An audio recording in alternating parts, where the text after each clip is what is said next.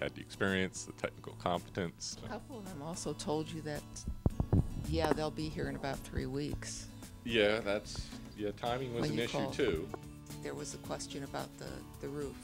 That's And true. I think when Greg went up there with the insurance adjuster and was really able to tell him specifically why it wasn't a good idea to stop, just like at the 7th Right. rafter or something. And really, from what you had said, he really explained to him and had all the, the reasoning backed up, and the insurance adjuster was, yep, okay, I understand. And I mean, that was just, That was real helpful. and that gives you a lot of confidence.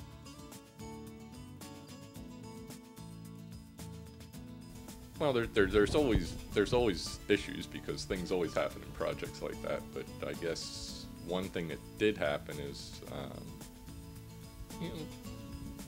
2 or 3 times a week, I'd sit down with Greg first thing in the morning and talk about what was going to happen, where were we going, what was happening in the future, and that probably helped a lot. I mean, it let us know what was going to happen over the next couple weeks or the next couple days.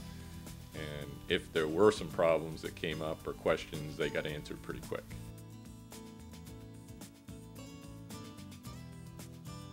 As far as when the event first happens, you're you're just so like overwhelmed that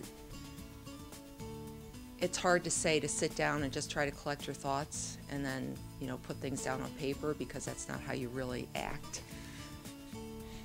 But in as much as possible, after making sure that everything is safe and you've done what you can to, eliminate any possibilities of people getting hurt or anything, I would say to sit down and try to gather your thoughts and realize what has to be done first, second, third.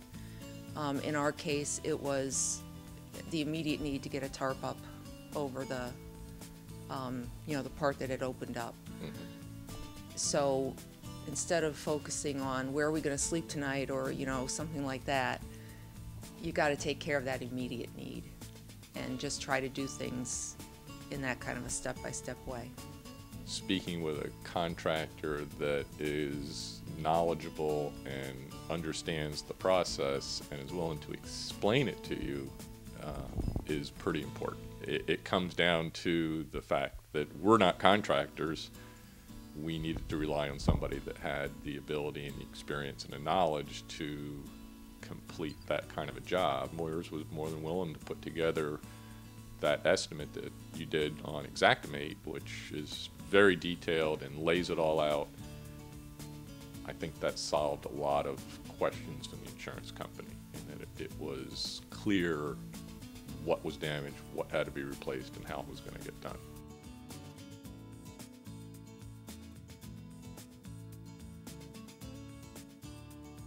Moyer's was brought in on an insurance claim. The call was put into our office. We responded quickly. The reason that we're here is because these people had a tree that fell on their house back in June from storm damage. And upon removal of some of the trim in one of the windows, we found a small amount of rot in the outside wall. After about an hour, found tremendous amount of structural damage and rot to this addition.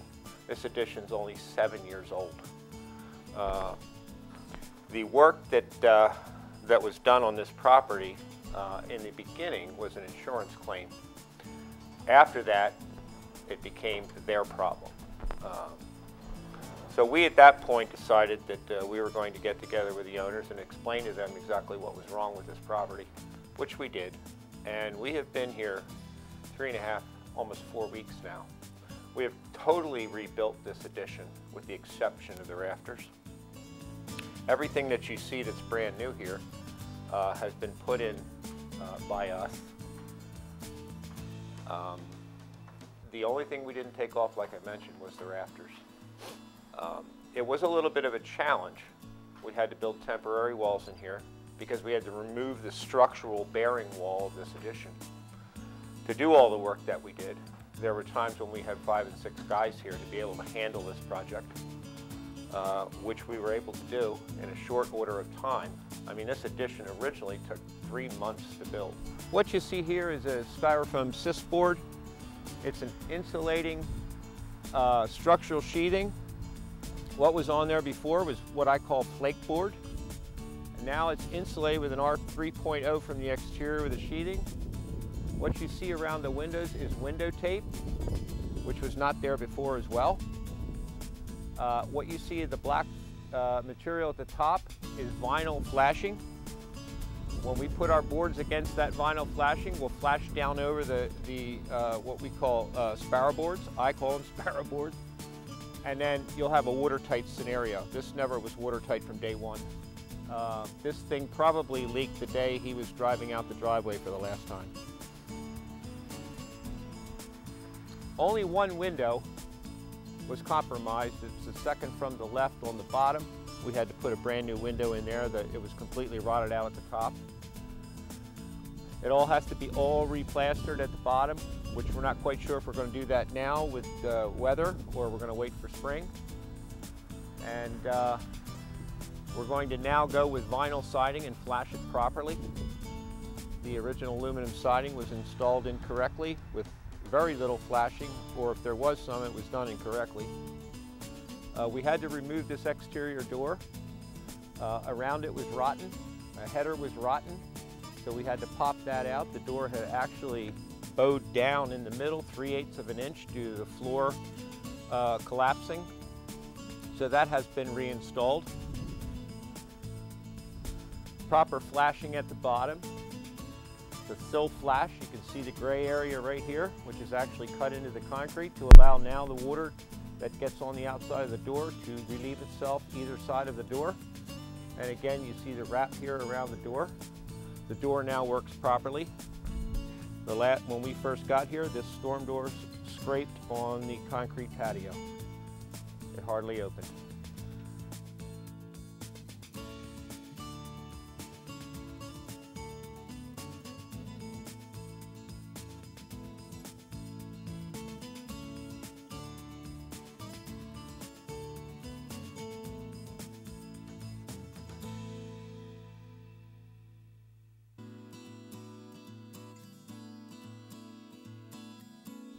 I guess the last thing I would do if I knew somebody was in this situation, and I've already told friends, having had this experience, I honestly would say call Moyers.